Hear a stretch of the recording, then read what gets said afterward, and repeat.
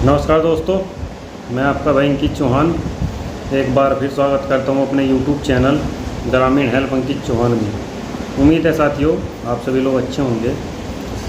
दोस्तों, जो लोग भी RTI एक्ट के तहत आवेदन करते हैं या फिर जिन लोगों का केस राज्य सूचना आयोग में पेंडिंग है, वहाँ डेट लगी हुई है यानी कि चल रहा है, विचाराधीन है, तो कई बार देखने में दोस्तों ये आता है कि जहां नागरिक RTI आवेदन दायर करता है वो जन सूचना अधिकारी तो जो है सूचना देता ही नहीं है, या फिर देता है तो सूचना आधी अधूरी देता है, भ्रामक देता है।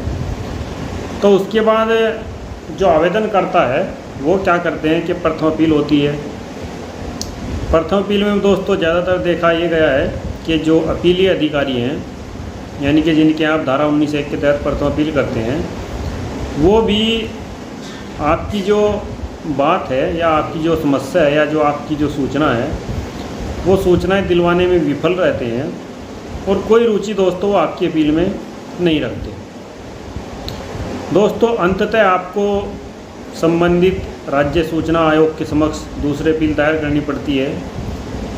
और जब राज्य सूचना आयोग के समक्ष आप दूसरी अपील दायर करते हो तो नंबर एक बात तो दोस्तों जो समझने की है ये है कि आज के इस परिप्रेक्ष्य में देखा जाए, आज के समय में देखा जाए तो सभी राज्य सूचना आयोगों का हाल ये है कि वहाँ बिल्कुल ऐसा है कि बिल्कुल अंधेर नगरी चौपट राजा है।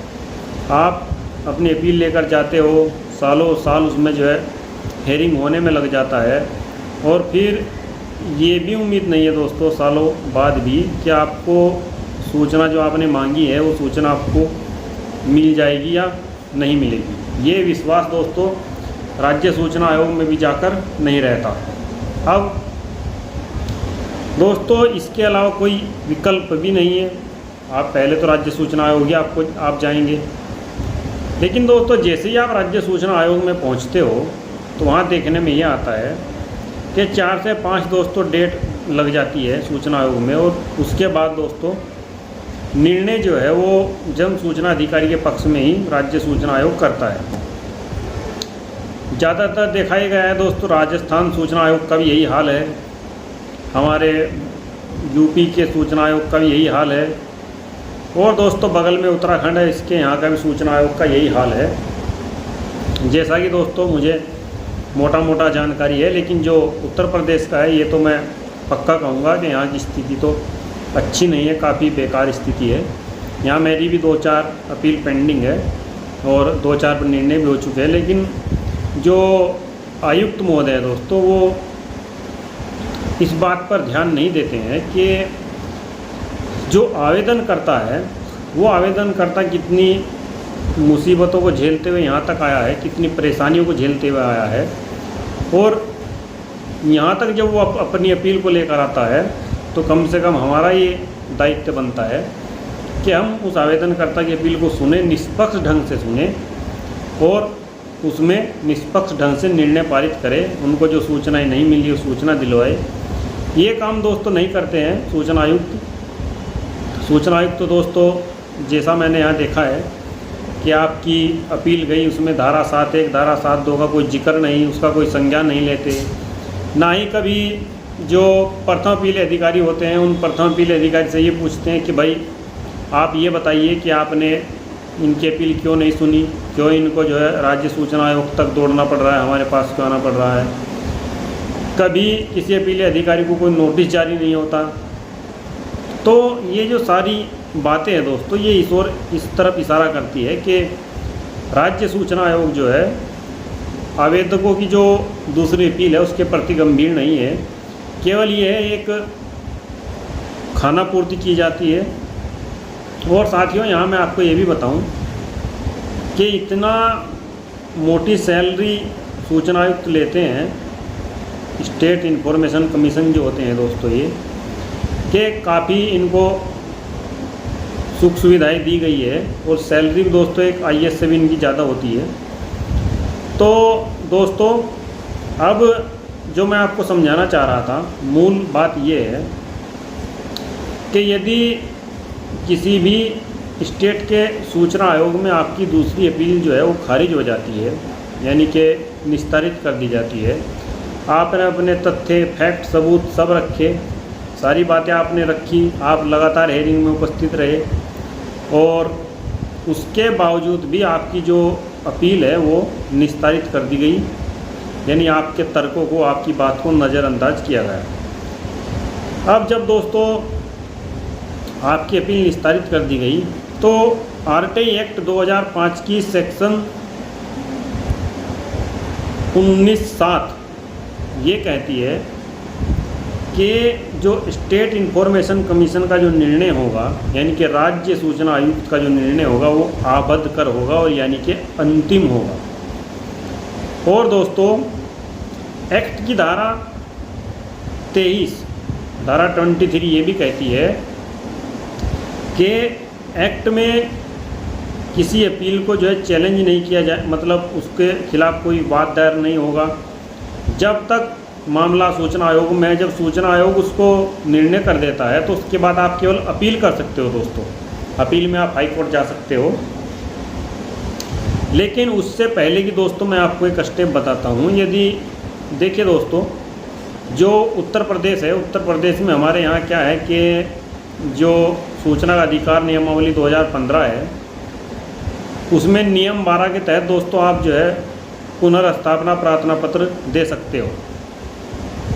आप अपने मामले को पुनर्जीवित करा सकते हो और पुनर्जीवित कराने के उपरांत आप अपनी बातों को दोबारा रख सकते हो।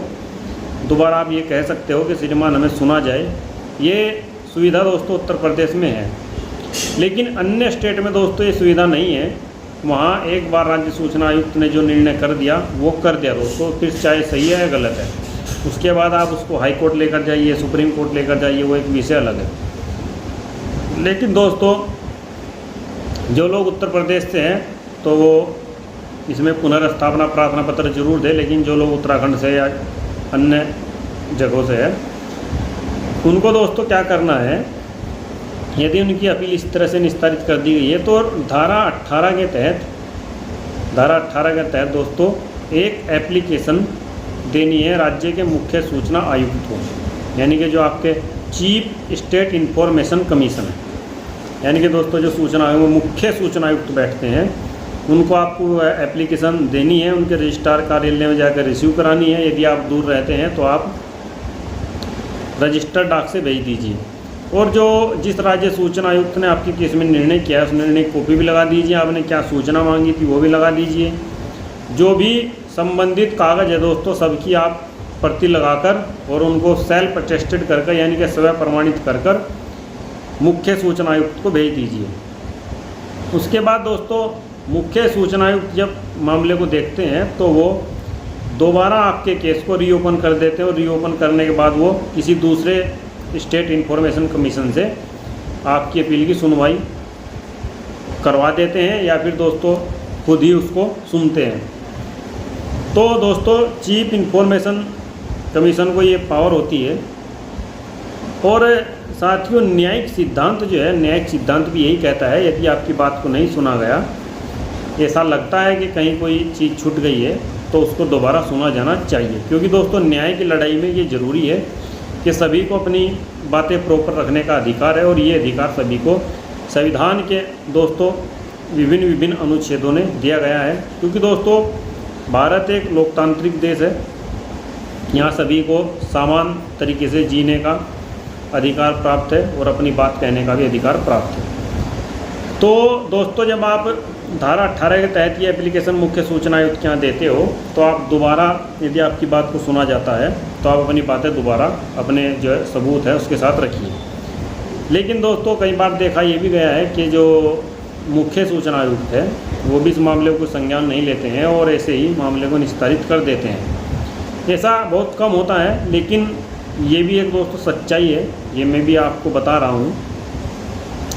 इसके बाद दोस्तों जो आपके पास विकल्प है वो विकल्प है दोस्तों हाई कोर्ट जाने का। लेकिन हाई कोर्ट में दोस्तों अब जो एक सामान्य नागरिक है वहाँ वकीलों की फीस है और वो तमाम सारी चीज़ें हैं, तो वो एक नागरिक अफोर्ड नहीं कर सकता दोस्तों, जो सामान्य नागरिक है। तो उसके लिए दोस्तों आप हाई कोर्ट के जो चीफ जस्टिस हैं उनको पत्र लिख सकते हो, सुप्रीम कोर्ट के चीफ जस्टिस हैं उनको पत्र लिख सकते हो।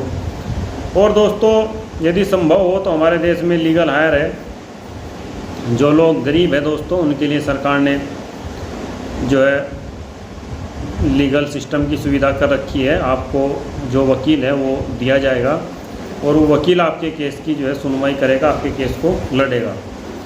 तो दोस्तों ये एक प्रक्रिया है, यदि आपका कोई केस इम्पोर्टेंट है और आप चाहते हैं इसको आगे तक लड़ना तो आप इसमें दोस्तों लड़िए। राष्ट्रीय विधिक सेवा प्राधिकरण भी दोस्तों इस मामलों में गंभीर रहता है, आपको सारी विधिक सहायता दी जाएगी। इस संबंध में दोस्तों आप गूगल पर सर्च कर सकते हैं, कहीं एक टोल फ्री नंबर भी है, वहाँ आप पता कर सकते हैं, बता सकते हैं कि श्रीमान हमें जो है विधिक सहायता की आवश्यकता है। लेकिन दोस्तों केवल किसी भी स्टेट इन्फॉर्मेशन कमीशन आपके वाद को निस्तारित कर दे और आप वहीं हार मानो तो ये उचित नहीं है। मेरा मानना ये है कि दोस्तों आपको अंतिम चरण तक लड़ाई लड़नी चाहिए। बाद में निर्णय कुछ भी हो दोस्तों वो एक अलग बात है। जैसा कि दोस्तों हमारे यहाँ भगवान श्री कृष्ण जी ने गीता जी में कहा है कि हर व्यक्ति को दोस्तों अंतिम सांस तक लड़ते रहना चाहिए। जब तक एक भी सांस शरीर में रहता है तब तक लड़ते रहना चाहिए। हाँ, जब सांस ना रहे तो विषय अलग है दोस्तों, तो उससे पहले हार नहीं माननी चाहिए। तो उम्मीद है साथियों वीडियो आपको अच्छा लगा होगा। यदि वीडियो दोस्तों आपको अच्छा लगा हो तो वीडियो को आप घर पे हमारे शेयर कीजिए और चैनल को दोस्तों ज़्यादा से ज़्यादा लोग हमारे सब्सक्राइब कीजिए। फिर मिलता हूँ साथियों मैं आपसे किसी दूसरी वीडियो में। मैं हूँ दोस्तों अंकित चौहान, यूट्यूब चैनल ग्रामीण हेल्प अंकित चौहान से। आज मैंने दोस्तों अपनी फंडामेंटल ड्यूटी का पालन किया। एक नागरिक होने के नाते मैं इसको अपनी ड्यूटी समझता हूँ, तो मैं इसका पालन कर रहा हूँ। फिर मिलता हूँ साथियों किसी दूसरी वीडियो में, तब तक के लिए सादर नमस्कार।